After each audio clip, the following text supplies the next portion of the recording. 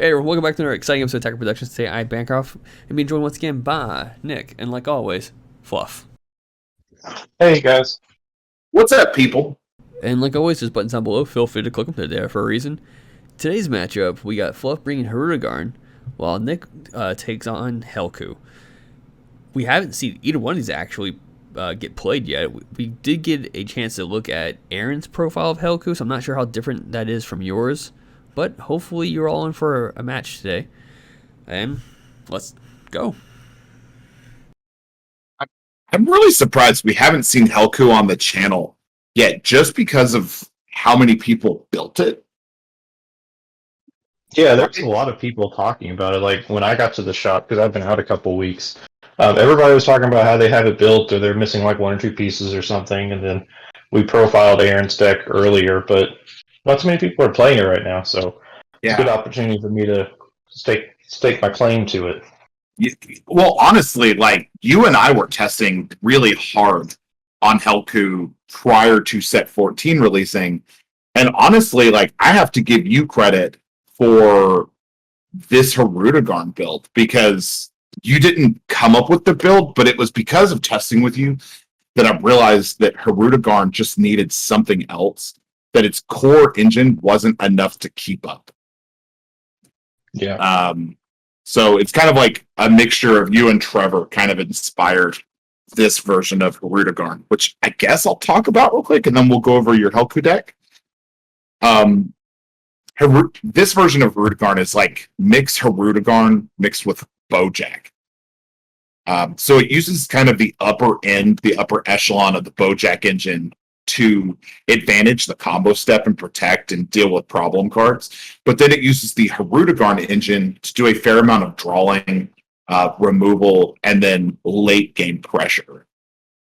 And then, of course, it runs some good blue stuff.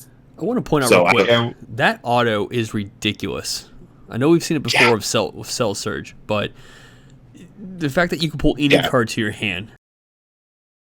It is the best type of top 5 search in the game, where you're not limited to what card you grab. You just have to grab a card. That is hands down the best way to grab a card. It's even better than drawing one, because I don't have to chance that it's a card that I need in that situation. It is going to be a card that I want in my hand, and I want to stay on this front side as long as possible in Herodogarn, just to advantage that. And even though there's a shortcut awakening with the Minosha and Tapion in the drop area, I will almost never do that, because I want that front side draw. And that effect mixed with the 1-drop Tapion is so strong as well, because the Tapion, if I'm correct, is that if this card is discarded due to a blue card effect, it doesn't specify... The Minosha. The Minosha, sorry. Yeah, it doesn't specify what type of blue card, just as long as it's by a blue card, it gets played, and it's a 1-drop blocker if you need it. Yeah, it might say discarded by Phantom Demon, but I think it does say blue card. And then, of course, you get the free EX Evolve out of the drop area with that 3-drop, which that 3-drop puts itself in the drop area by discarding itself. And then you get to search the top 7 for any blue Phantom Demon, which is just an insane amount of advantage. So, Nick, tell us about Helku. Deck's trash. Did you say Deck's trash? Deck's trash. No. This match was kind of a fluke. I was building a house by the end of this, because I had a lot of bricks. From this match, like you saw, I played my Unison Android 18, which is one of the key linchpins to the deck. Like the way the deck works is the Unison will influence the top 3 of your decks. You peek it, put them in any order, and then you want to use a Spirit Boost or your extra card of Trip to Hell to scry the top card of your deck, and then a lot of the archetype is you play those cards. And Helku is kind of the opposite of Hirudegarn, where you want to awaken as soon as you can. it's second, because it has an alternate awaken skill where if you have 2 energy and you do the scry effect and you play a card, you can take yourself down to 5, untap 1, draw 1, and flip over. And then on the awaken side is where you really get some crazy stuff happening, because you get a lot of draw power, you get a lot of influencing your deck. So you go through things pretty quickly, and then being able to influence what you're playing, you have a lot of knowledge of your upcoming turns. So it's almost like you have an extra 3 cards in your hand at all times. Yep. I was really well, okay. I was not comfortable with this matchup because you and I had tested the 2 decks on Untap. And I think inherently, Helku has a very, very strong advantage over Hirudegarn. The 4-drop Goku that plays for free, or that plays if it's milled off the top of the deck, like revealed and placed in the drop area, puts in so much absolute work. Your big bomb of a Goku puts in a ton of work against Hirudegarn. And I just knew that What? Oh, I was just agreeing with you, absolutely. Oh, yeah. And so, like, I knew that I had to deal with the Unison. Luckily, that Unison is low cost, low power. So it's a 4,000 Unison, I believe. So I was actually able, I don't know if it already happened or it happens a little bit later, but I'm able to turn my 1-drop Minoshas that play out of the drop area into aggro against your Unison. And I really feel like that's my only chance. Usually I have some defensive pieces, because yellow is really good on defense, so I'm running a lot of defensive tech, but I just wasn't seeing anything to protect my Unison. And what I've learned is a lot of the archetypal cards are blockers. So there's a 19k Goku that's a part of the effect that's a blocker. There's a Pan that's a blocker. I try to use my blockers to protect the Unison, because most people think, oh, that's a linchpin, you need it, we're going to swing for that. And usually I have enough defenses with yellow. But like I said, I just wasn't having enough pieces in my hand to keep my defenses up. Actually, I think in this matchup I had 4 of the Gokus in hand, but no way to put them back on the top of the deck. I've been scry them, so that's why I was charging 1 turn 3, just because I was kind of floundering at this point. I was like, I can't really do much right now, so I'm just trying to make something work. I mean, my hand's good size, but it wasn't really anything I could actually do to play anything. So I was kind of on the back foot the whole game.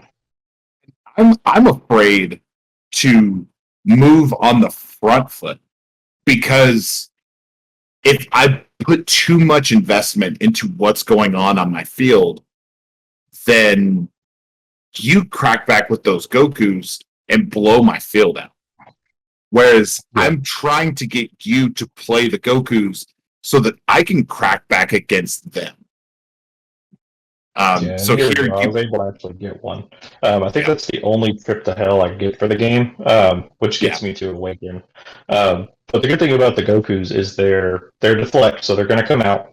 Their on-play auto is they will KO anything in rest mode. Does ignore barrier, but anything in rest mode. So you're able to switch a lot of stuff to rest mode in this deck. And then they're just 20k double strikes that do not have unique. So if you have the energy for it, you can play as all 4 of them if you wanted to. So you get a lot of value off those. It's such a strong effect.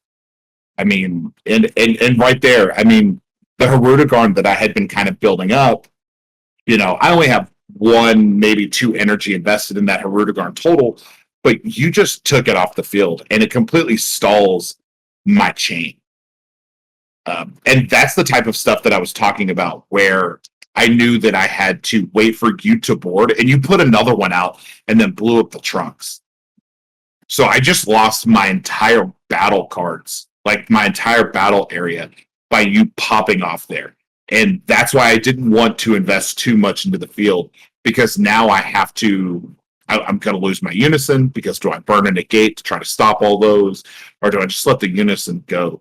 So really it's just trying to put you into a position where maybe I can influence it here on out.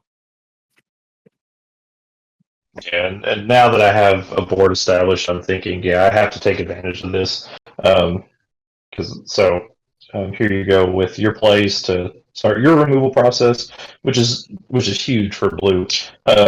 Just being able to bottom deck stuff instead of bouncing back to hand is amazing. Yeah. Yeah, so we'll use that. It'll bottom deck, and then it's just that's the type of thing that I needed. And I think I even go down. I can't tell if I went down to 3 life on that because I think I had to take that 20,000 hit without having to give up something fairly valuable in hand. So yeah, which is one of the pluses of me waking early too. Is because I can essentially awaken turn 2 if I get it right, and then I'm on a 15,000 power leader. So most people aren't awakened that early at this point in the meta, or at least in our shop meta. So I'm usually safe on my leader. And then when the leader swings, it also gains plus 5,000 power. So I'm a 20k leader. I can swing at big unisons that are problems. I can swing at pretty much anything with my leader. So I get a lot of value off just my leader swing. Yeah, I love the value behind that leader. I think it's a fantastic yellow leader because it draws 2 on the back, right? Mm-hmm. You draw 2 and then you put 1 on the top of your deck. So another way of influencing yourself to get the scry effect stuff. If you have the pieces in hand, you can put them on top of the deck. Yeah. Here's where I was saying that I used the Minotia to pressure the unison. And I would have preferred to keep that up as a blocker or turn that into Hirudegarn pressure, but I really needed to be able to get that unison off because that unison basically enables every function in your deck. And thankfully, you were tapped out or didn't have a Nimbus, whatever the case may be. I was able to get those threats through and get it off. And now I just have to kind of worry about playing around Poutine and playing around the Kai or the double strike Goku that's on field. So I have to figure out how to deal with that from this point on. Because I know that at any given moment, really now that we're at turn 4, could be a deadly turn for you. Yeah. Especially if I only run maybe I need to put in another unison just to have one as a backup, but I only run the 4 Android 18s. But it would be huge. Yeah. But it's good just in case. Like in this case, I have 1 somewhere, and I think it's in my life, so I can't even grab it. Because the leader can actually grab an Android 18 from your deck. But it's good just to have one just on the backup, just in case this scenario happens where I don't have a unison. Because now the only way I'm going to be able to scry is if I draw a trip to hell at this point, or there is the Vegeta counter. I think it's Vegeta the Brawler. He's a counter that'll do the scry effect on the opponent's turn, which that's pretty huge too. Just getting the disruption play, and then if you have a Goku, then you KO anything that they just swung with. Yeah, I had completely forgotten about that Vegeta. Yeah, he's helped a couple times. I think he's a solid pick. I run it as a 2-of because I really think that's all you need. Just because you want to do more of the stuff on your turn than the opponent's turn anyway. But having that as like a backup is really nice. Plus, you could also potentially get a free blocker or anything off of that. So at this point, I'm out of the unison. I don't really have much pressure anymore. Fluff's kind of stopped that. So at this point, I'm like, I don't really know what to do here. I mean, I have a lot in hand, but I don't have any real plays. So at this point, I'm just using a super combo just to search. I'm just trying to find something in order to keep me going. But at this point, there's not really much now. And since he bottom decked both my Gokus, this would be a perfect opportunity to play this Goten, which searches top 5 for a unison or a mono yellow Saiyan with 4 costs or less. And then the biggest thing was to shuffle my deck. Since he bottom decked and I had no way of shuffling, that's kind of the justification why I run this in the deck anyway, just so I could potentially get a free draw, or the big thing is shuffling if I need to. Yeah, and that's so huge, especially in this situation where a lot of my removal is bottom decking. So otherwise, you'd have to draw through the entirety of your deck before you saw those again.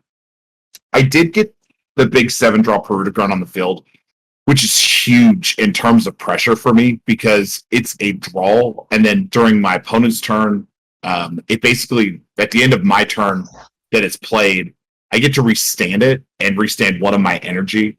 but it's also removal. And now that it's on the field, I can remove 2 heroes from my drop to my warp to give him triple strike for the turn. So you're at 4 life. I'm giving it triple strike, and this is just a threat to you. This is like a threat display. I'm going to make you burn negates with that triple strike. It kind of makes you show your hand in a lot of ways. So now I can kind of plan what I need to do moving forward. That's 1 Nimbus down. Most people run 3 Nimbus main deck, so max I've got to play through 3 Nimbus. Here you burn another negate, which I'm fine with. I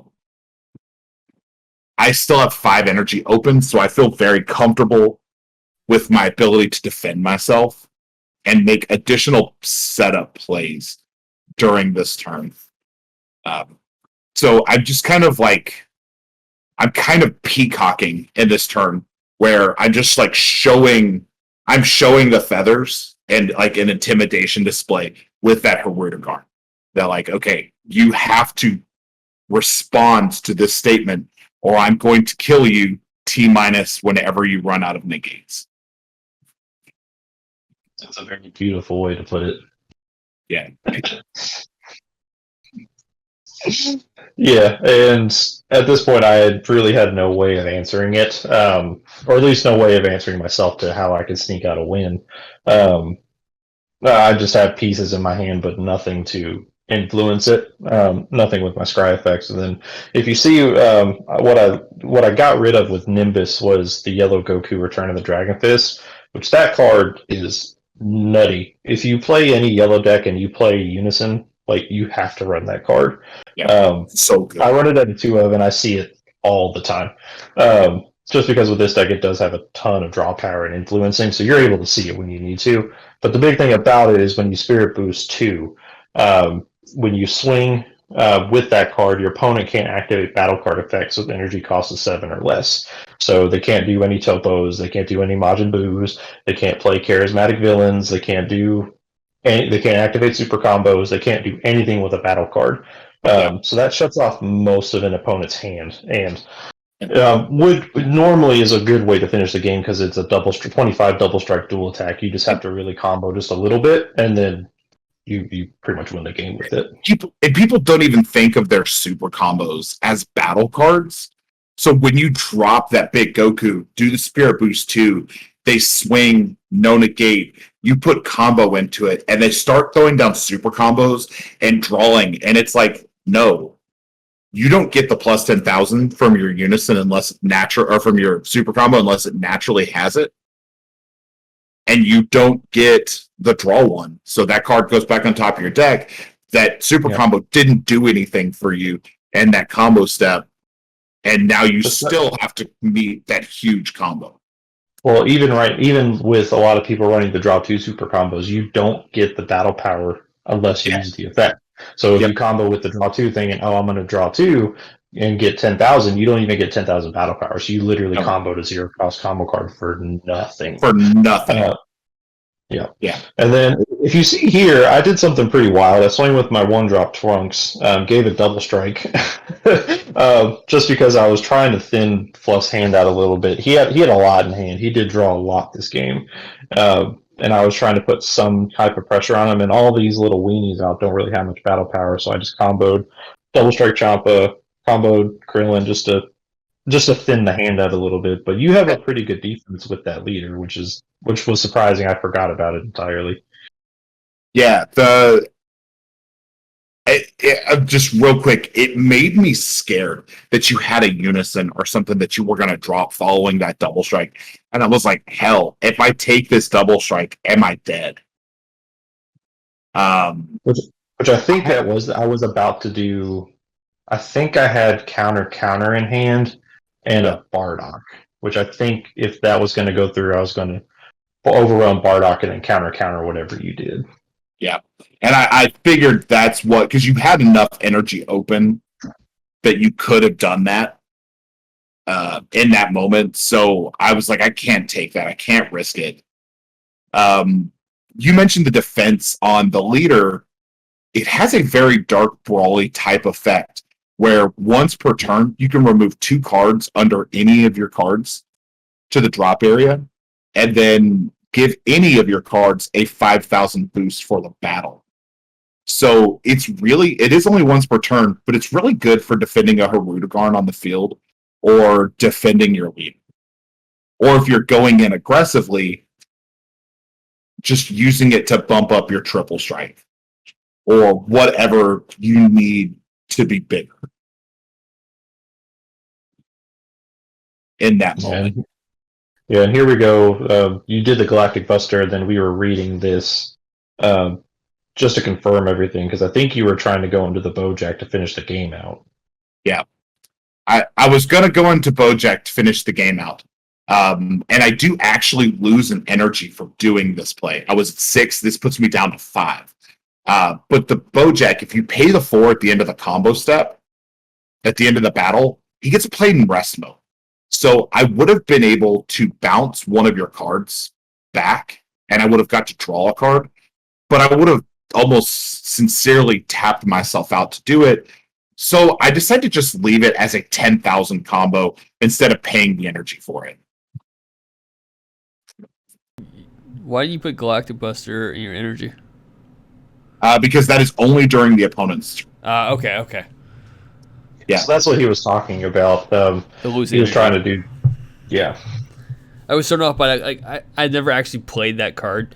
I've always seen it played. So if you use Galactic Buster offensively, you actually lose an energy for it. So at this point, I just have to find other ways to kind of play around. I have to play around Poutine's effect, which I think I've already navigated you here. procced it with the first 3-drop you played. Yeah. So that 3-drop does not have a once per turn falls on it, on that particular effect to evolve on top of a hero. So you can use that to your own advantage. So as long as Nick doesn't have another Nimbus or another hard negate here, I'm feeling pretty confident that I can go into the 7-drop this turn to try to push for game. So it's all about that. I did a decent job of clearing out his field.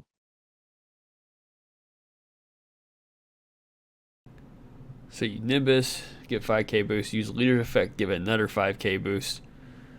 That's crazy. I mean, that alone is just crazy. Yeah. Yeah, it's so good. And as soon as I started going in heavy, I was like, shit, he has a Final Flash in hand. And then he comboed out and he was like, nah, you got it. I was like, oh my God, like I forgot I was playing against Nimbus there. Or against Yellow. It was like, for sure there's a Vegeta's Final Flash in hand, and I just lost this game.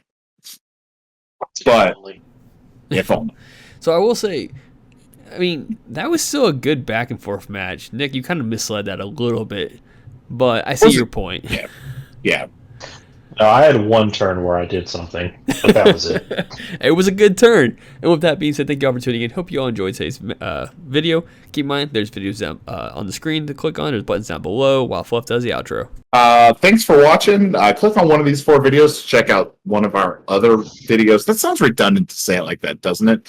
But if you want to get good at the game, surround yourself with other good players and test with them. Take their advice and learn from that shit. So read your cards, know your plays, let us make the mistakes so that you don't have to, and as always, fluff out.